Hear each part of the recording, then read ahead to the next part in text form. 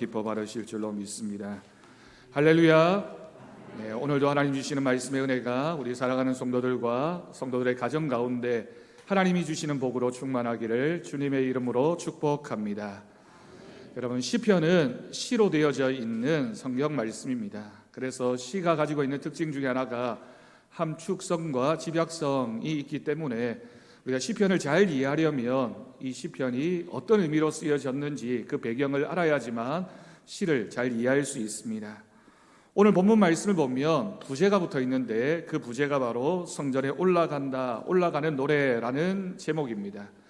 성전에 올라간다라고 하는 것은 이스라엘 백성들에게 항상 큰 기쁨과 감격의 마음의 시간이었습니다.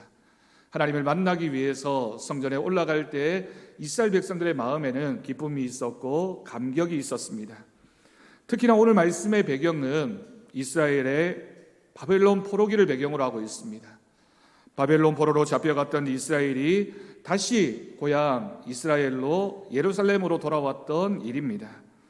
여러분, 생각해 보십시오. 70년 먼 이국 땅에서 포로 생활을 하던 이스라엘 백성들이 그 생활을 마치고 다시 고향으로, 다시 예루살렘 성전으로 돌아올 때, 그 성전으로 올라갈 때 그 마음이 어떠했겠습니까?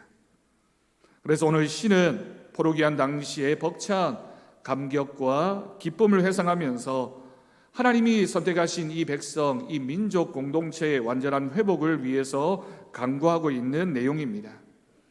오늘 시인이 고백한 시의 한 구절, 여호와께서 시온의 포로를 돌려보내실 때에 우리는 꾸는 것 같았다라고 하는 이 감격의 고백이 얼마나 큰 울림을 주는지 모릅니다. 예루살렘이 멸망하고 남은 이스라엘 백성들이 바벨론 각 지역으로 흩어져서 영원히 그 땅에서 살다가 그 민족이 사라질 것만 같았는데 바벨론 제국이 바사의 고레스 왕에게 멸망당하고 다시 이스라엘이 돌아오게 될 것이라는 것을 누가 예측하고 누가 생각할 수 있었겠습니까? 그래서 시인은 그 기적 같은 일들이 이루어지는 것을 보면서 꿈을 꾸는 듯 감미로웠다라고 고백하고 있는 것입니다. 예레미야 선지자의 예언도 마찬가지입니다. 예레미야는 일찍이 하나님의 계시를 통하여서 70년이라는 시간이 지나면 이스라엘 자손이 포로에서 돌아와 그 땅을 다시 재건하게 될 것이라고 예언한 적이 있습니다. 예레미야 29장 10절 말씀입니다. 여호와께서 이와 같이 말씀하시니라. 바벨론에서 70년이 차면 내가 너희를 돌보고 나의 선한 말을 너희에게 성취하여 너희를 이곳으로 돌아오게 하리라. 아멘. 여러분, 이 말씀이 이스라엘 백성들에게 선포되어지고 들려졌지만 아마도 70년이 지나는 동안 이스라엘 백성들 중에 이 말씀을 기억하고 있던 사람이 몇이나 되었을까요? 하나님 말씀이었지만 시간이 지나고 그 시간이 길어지면서 누구도 소망을 품기가, 누구도 그것을 기대하기가 어려웠을 것입니다. 이 말씀이 얼마나 허황된 꿈처럼 들려졌을까요? 여러분, 이런 꿈을 꿀 수 있다라고 하는 것은 그 마음속에 확신이 있을 때, 믿음이 있을 때, 소망이 있을 때 가능한 것입니다. 믿음의 사람의 꿈도 마찬가지입니다. 현실을 바라보면 이룰 수 없지만 하나님을 바라보기 시작할 때 꿈을 꾸게 되는 것이 믿음이 사람의 가진 꿈입니다. 제가 2014년 겨울 43살의 나이로 경주에 있는 한 교회 담임 목사로 부임했습니다.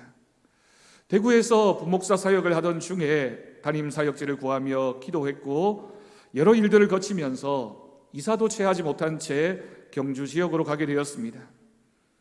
때에 사택 수리가 미처 마무리되지 않아서 2주를 경주에 있는 처가에서 보내며 새벽 기도회를 시작해서 수요 기도회와 주일을 지나면서 2주간을 보내게 되었습니다.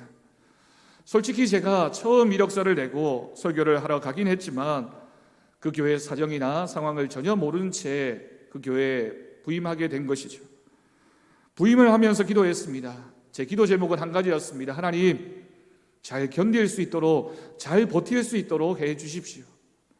제가 이렇게 기도할 수밖에 없었던 이유는 부임이 결정되고 난 이후에 들려온 그 교회에 대한 좋지 않은 소문 때문이었습니다.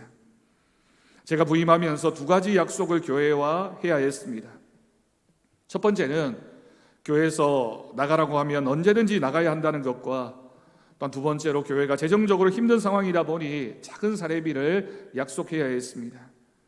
대구에서 제가 저희 집사람과 함께 둘 다 사역을 할 때보다 절반에 미치지 못하는 사례비를 약속받고 그 교회에 부임을 했습니다.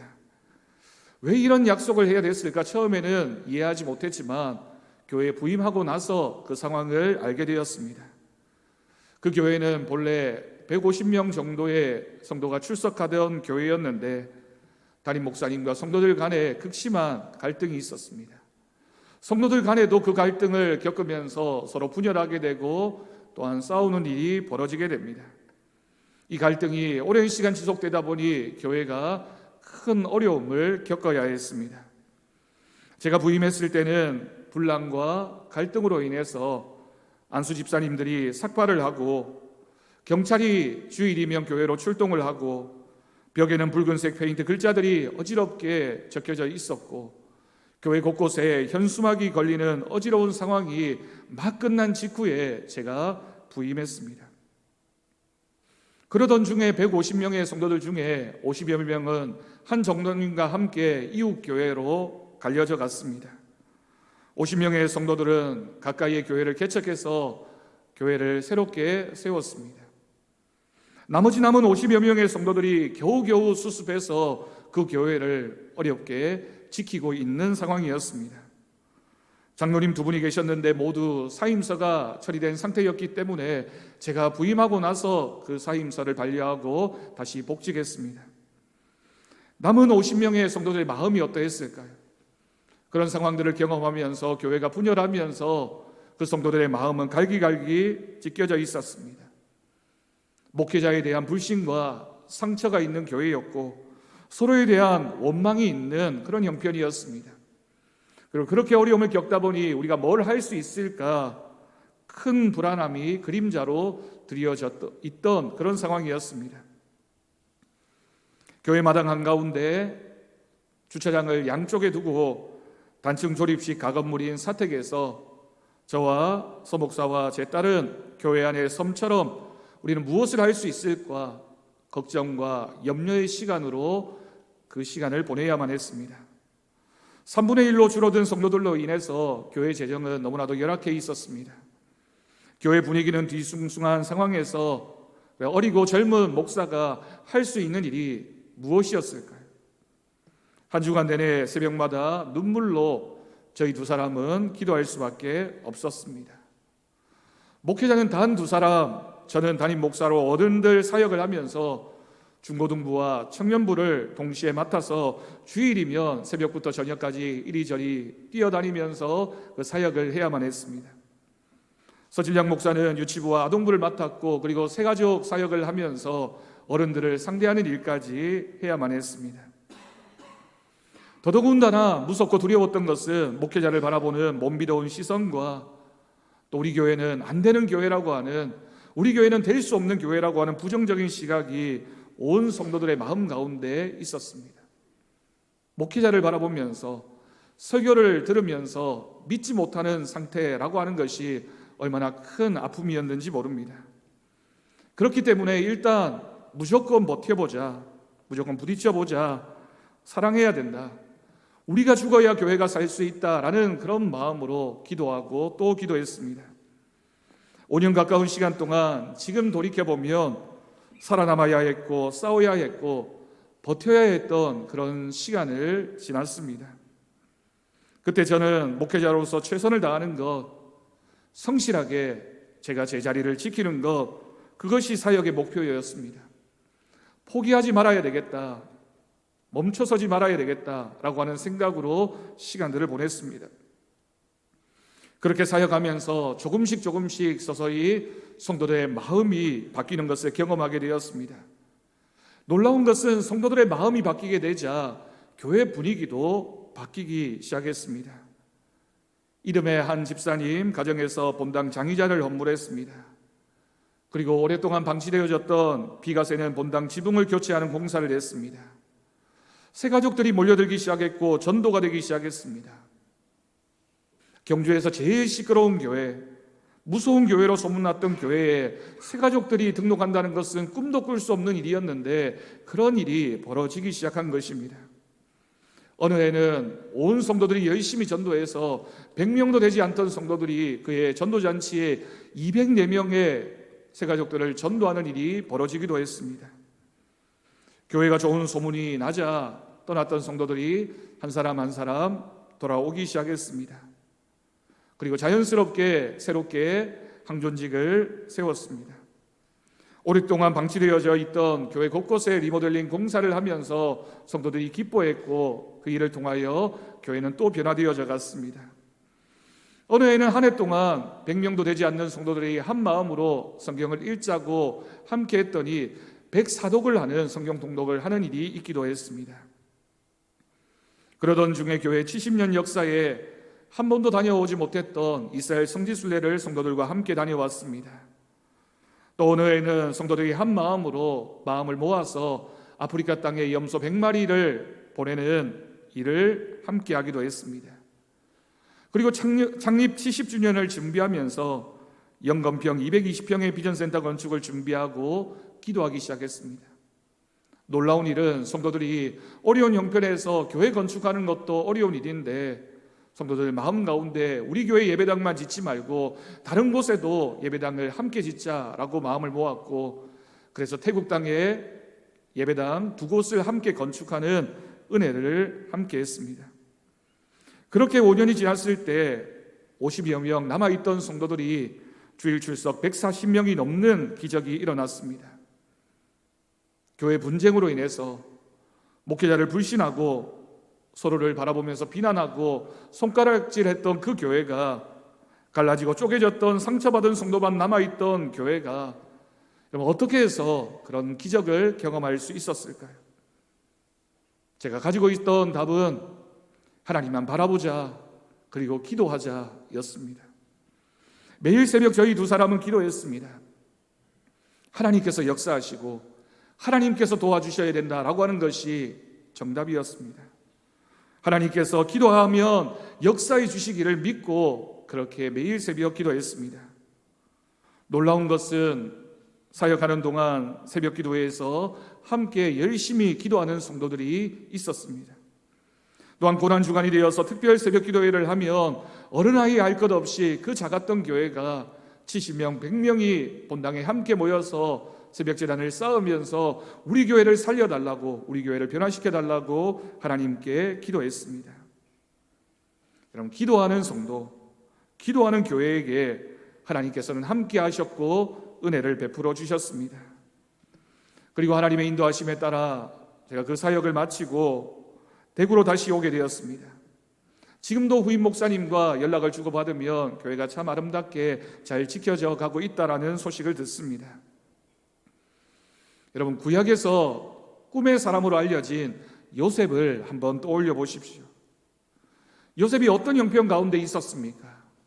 요셉은 애굽의 노예로 팔려갔던 사람입니다. 그리고 억울하게 감옥에 갇혀 있으면서도 하나님께서 자신에게 주신 꿈을 잊지 않았기 때문에 그 꿈을 가지고 버티고 참고 인내했던 사람이 바로 요셉입니다. 결국에는 누구도 예상하지 못했던, 누구도 생각하지 못했던 종으로 팔려간 그 땅에서 이루었던 그 꿈의 역사를 요셉의 이야기로 우리는 창세기를 읽게 됩니다. 저는 저를 생각할 때 늘 그렇게 생각합니다. 제가 가진 능력보다 꿈이 더 큰 사람이 저라고 고백합니다. 여러분, 믿음의 사람은 그렇습니다.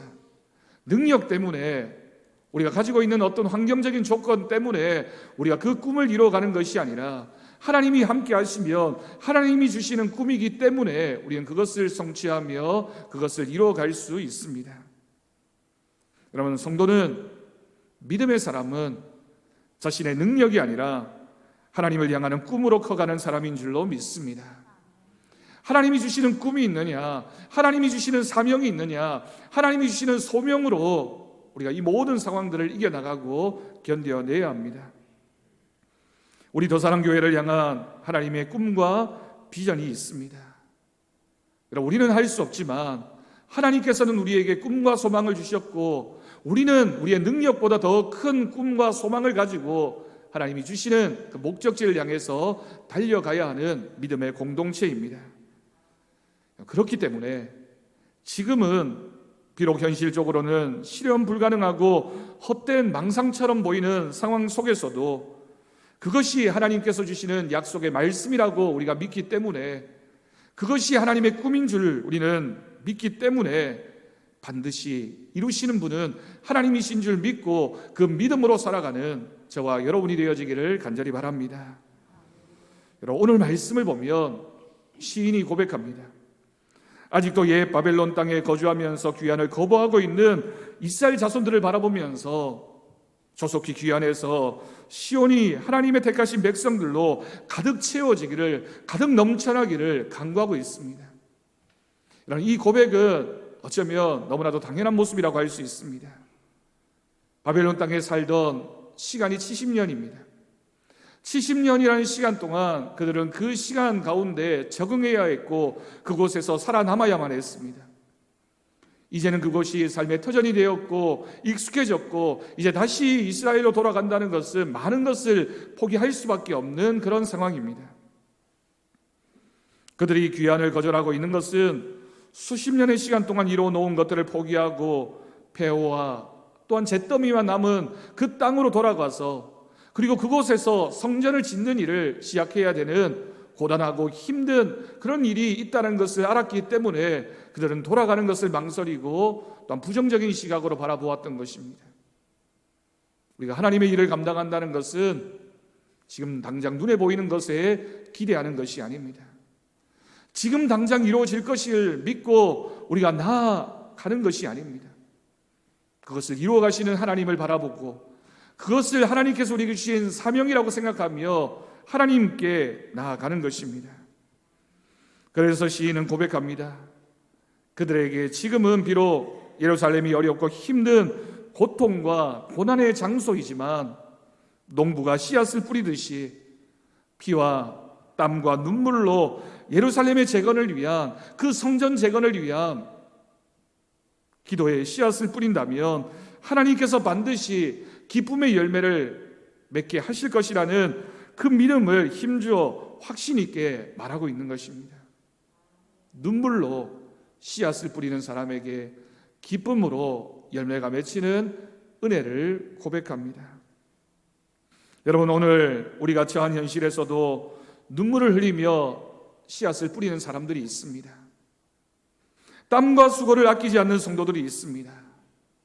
목숨까지도 귀하게 여기지 않고 자신에게 주어진 직분을 감당하기 위하여 애쓰고 수고하는 그 사람의 눈물과 그 땀을 하나님께서 바라보시면 어떻게 열매를 거두지 않을 수 있겠습니까? 하나님께 시선을 고정한 사람, 하나님께 소망을 두고 하나님이 하실 줄 믿고 그 일을 향해서 달려가는 사람, 하나님께서 주시는 열매가 있을 줄로 믿습니다. 하나님은 우리의 진실하고 의로운 그 기도와 눈물을 보시고 긴 시간의 노고에 분명한 열매를 맺게 해 주실 것을 믿습니다. 여러분, 그렇기 때문에 하나님을 믿는 성도들은 하나님을 향한 믿음이 있다라고 하는 것은 그 기대하는 마음을 가지고 눈물로 씨앗을 뿌리는 사람입니다. 씨앗을 뿌리는 것은 고단합니다. 미래가 없어 보입니다. 언제 열매를 맺을까 두려운 마음이 들 수밖에 없습니다. 그러나 눈물을 흘릴지언정 피와 땀을 아끼지 않는 씨앗을 뿌리는 그 믿음의 자세가 있을 때 하나님의 역사는 시작되어집니다. 우리의 기도는 하나님의 밭에 뿌리는 씨앗입니다. 하나님의 밭에 기도의 씨앗을 뿌리는 것입니다. 여러분, 우리의 믿음에서 내가 할 수 있는 일이 얼마나 되겠습니까? 우리가 얼마나 노력하면, 얼마나 도전하면 우리의 삶의 성공이라고 하는, 성취라고 하는 일이 결과로 주어지겠습니까? 물론 우리가 노력해서 얻는 일도 있겠지만 믿음의 사람에게 있어서 도전과 꿈과 소망은 하나님께서 하실 줄 믿고, 능력이 없지만, 나는 능력이 없지만 하나님께서 도와주실 줄 믿고 그 길을 선택하는 것입니다. 고린도전서 3장 6절에서 9절까지의 말씀 보면 오늘 시편 126편과 비슷한 말씀이 있습니다. 나는 심었고 아볼로는 물을 주었을 때 오직 하나님께서 자라나게 하셨나니 그런즉 심는 이나 물 주는 이는 아무것도 아니로되 오직 자라게 하시는 이는 하나님뿐이니라. 심는 이와 물 주는 이는 한 가지이나 각각 자기가 일한 대로 자기의 상을 받으리라. 우리는 하나님의 동력자들이요 너희는 하나님의 밭이요 하나님의 집이니라. 아멘. 여러분, 이 말씀이 우리가 할 수 있는 일은 심고 물을 주는 것뿐이라고 기록하고 있습니다. 기도하고 또 기도하는 것, 말씀을 읽고 그 말씀대로 순종하는 것, 여러분 그것이 바로 씨앗을 뿌리는 믿음이 있는 사람의 삶입니다. 기도의 씨앗을 뿌리는 것, 말씀을 듣고 순종하는 것이 하나님 앞에 나아가는 것입니다. 나머지는 하나님께서 하십니다. 오직 잘하게 하시는 이는 하나님이신 줄로 믿습니다. 네, 여러분, 이 말씀에서 우리가 또 기억해야 될 한 가지가 있습니다. 각각 자기가 일한 대로 자기의 상을 받을 것이라는 겁니다. 우리가 눈물로 기도하면, 하나님의 때를 기다리며 주님의 선한 일에 참여하면 우리는 심고 씨앗을 뿌리지만 거두게 하시는 분은 하나님이신데, 우리는 하나님의 동력자로서 하나님의 밭이 되어서 하나님의 집이 되어서 각각 자기가 일한 대로 자기의 상을 받는 하나님의 역사가 있을 줄로 믿습니다. 그것이 바로 우리의 상급입니다. 우리의 기업입니다. 내가 아니라 하나님을 믿고 신뢰하며 하나님이 하여 주실 줄 믿고 도전하는 자에게 주어지는 하나님의 역사이며 하나님의 은혜입니다. 여러분, 우리는 내일부터 고난주간을 맞이하게 됩니다. 고난주간에는 매년 정교인 특별 새벽기도회를 시작합니다. 고난주간 특별 새벽기도회를 하는 목적이 있습니다. 참석해야만 되는 이유가 있습니다. 첫 번째는 우리가 특별 새벽기도회를 통하여 예수 그리스도의 고난에 참여하는 것입니다. 여러분, 평소에 안 하던 새벽기도회에 참석한다는 것은 피곤한 일입니다. 하루를 어떻게 보내는지 모르는 것 같고 힘들고 때로는 너무나 고통스럽습니다. 새벽기도에 다녀오고 나면 하루가 얼마나 어렵고 고단한지 모릅니다. 그런데 여러분, 그 정도 십자가를 지는 믿음조차 없다면 우리가 어떻게 하나님 앞에 하나님의 백성이라고 하나님의 성도라고 말할 수 있겠습니까? 피곤이라는 대가를 치러야 하지만, 일이 안 되는 것 같은 고통스러운 시간을 보내야 되지만, 내 생활에 방해가 되는 것 같고 내 몸에 무리가 오는 것 같지만, 적어도 여러분 1년의 한 주간 그 기간만큼이라도 주어진 십자가를 지는 예수 그리스도의 고난에 참여하는 우리들의 믿음이 되어지기를 간절히 바랍니다. 두 번째로 특별 새벽기도회는 경건의 훈련을 하는 것입니다. 한 주간만이라도 새벽제단을 쌓아 보십시오. 물론 이 한 주간이 지나고 나면 다시 새벽기도에 오시지 않는 분들도 계실 것입니다. 여러분, 괜찮습니다. 기도는 강요한다고 해서 되는 것도 아니고 한 주간 했다고 해서 또 저절로 되는 것도 아닙니다. 하지만 여러분, 어느 때 우리의 삶에서 기도의 시간이 필요한 때가 오게 되면 우리가 한 주간이라도 참여했던 이 특별 새벽 기도회가 생각나게 될 것이며, 그때에 우리가 하나님 앞에 나와서 기도하는 믿음의 훈련을 하는 시간이 바로 이 한 주간입니다. 군대에서 마치 유격 훈련을 하듯이 이 한 주간 훈련하고 나면 그래도 우리가 어려움이 닥쳐왔을 때, 고난이 닥쳐왔을 때, 그래 내가 기도해야지, 내가 하나님 앞에 나아가야지, 이 새벽 제단을 기억할 수만 있다면 그것이 바로 두 번째 목적입니다. 세 번째는 특별 새벽 기도회를 통해서 기도의 모범을 보여주는 것입니다. 우리 부모님이 직분자인데, 우리 부모님이 권사이고 집사인데, 자녀들에게 가정을 위해서, 사랑하는 자식을 위해서 기도하는 모습을 여러분 보여줘야 되지 않겠습니까?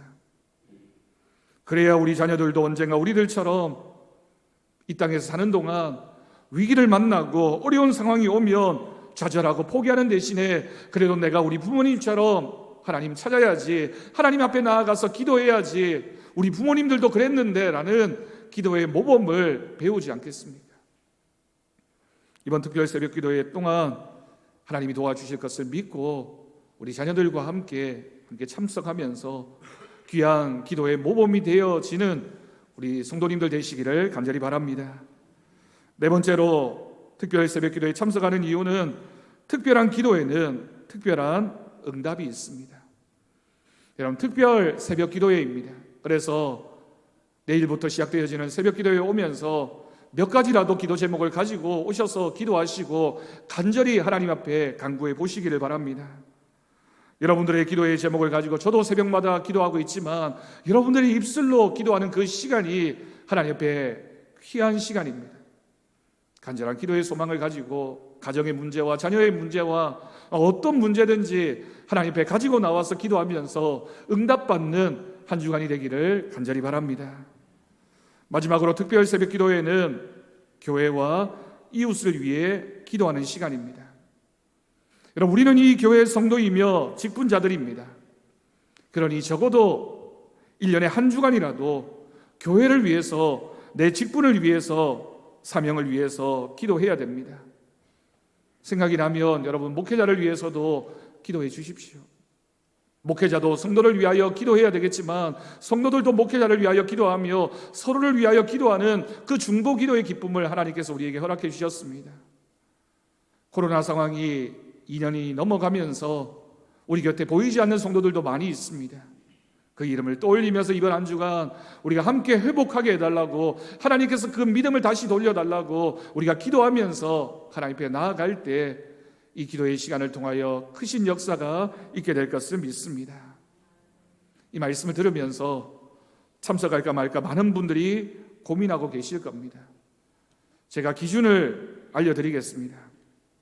항존직 직분자들은 이유 없이 한 주간 꼭 참석하실 수 있기를 바랍니다.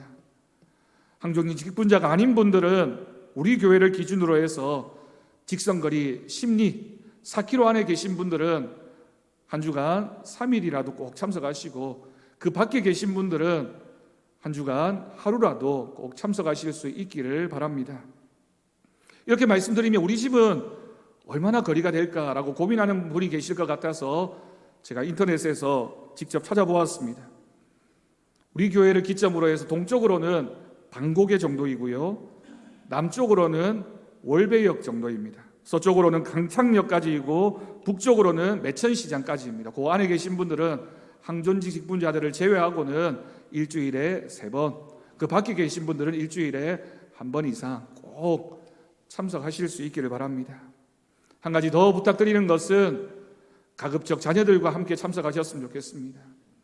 적어도 자녀들과 함께 우리가 함께 기도하자. 이 가정을 위해서, 너의 미래를 위해서, 우리 믿음을 위해서 함께 기도하자고 여러분 결단하시고, 우리 자녀들은 하루 이상 꼭 참석해서 하나님께 간구하며 응답받는 기쁨을 누릴 수 있기를 간절히 바랍니다. 누가복음 23장 28절 말씀입니다. 예수께서 돌이켜 그들을 향하여 이르시되 예루살렘의 딸들아, 나를 위하여 울지 말고 너희와 너희 자녀를 위하여 울라. 우리 주님의 말씀입니다. 너희와 너희 자녀를 위하여 기도하라고, 부모라면 그렇게 해야 된다라고 우리 주님께서 말씀하셨습니다. 여러분, 이렇게까지 설교 시간에 말씀드리는 이유는 기도는 유일한 축복의 씨앗이기 때문입니다. 무엇보다 우리가 나태한 우리들의 믿음이었다면, 안일한 우리들의 신앙이었다면 우리 모두의 삶에서 믿음이 회복되어지는 한 주간이 되어지기를 바랍니다. 바라기는 이번 한 주간을 지나면서 우리가 열심히 기도해서 코로나의 상황이 어서속히 극복되어지고 믿음의 일상도 회복하는 은혜가 있기를 간절히 바랍니다. 오늘 본문 5절과 6절 말씀을 다시 읽습니다. 눈물을 흘리며 씨를 뿌리는 자는 기쁨으로 거두리로다. 울며 씨를 뿌리러 나가는 자는 반드시 기쁨으로 그 곡식단을 가지고 돌아오리로다. 아멘. 이 말씀이 고난주간을 시작하는 우리에게 주시는 하나님의 음성입니다. 이제 우리 모두 코로나의 상황을 끝내고 일상을 회복할 수 있도록 우리의 믿음도 회복되어져서 다시 한번 믿음 위에 굳건하게 서는, 하나님 앞에 믿음으로 살아가기를 결단하는 은혜가 있기를 간절히 바랍니다. 하나님 앞에 기도하는 사람 가운데 하나님께서 역사하시고, 기도하는 그 심령 가운데 하나님의 크신 역사가, 은혜가 있을 줄로 믿습니다. 이번 한 주간 그 같은 복과 은혜를 누리는 우리 사랑하는 성도들 되기를 주님의 이름으로 간절히 축원합니다. 기도하겠습니다. 하나님 아버지, 감사합니다. 오늘도 우리를 불러주셔서 주님의 전에 나아오게 하시고, 오늘 말씀을 통하여 고난주간을 시작하는 우리에게 하나님의 밭에 뿌려진 씨앗, 그 기도의 씨앗을 뿌리는 우리가 되게 결단하게 하여 주옵소서. 이번 한 주간 은혜의 시간을 가지게 하시며 주님의 은혜를 바라보며 믿음으로 나아가는 거룩한 심령들 되게 우리를 주장하여 주옵소서. 감사드리옵고 예수님의 이름으로 기도드립니다. 아멘.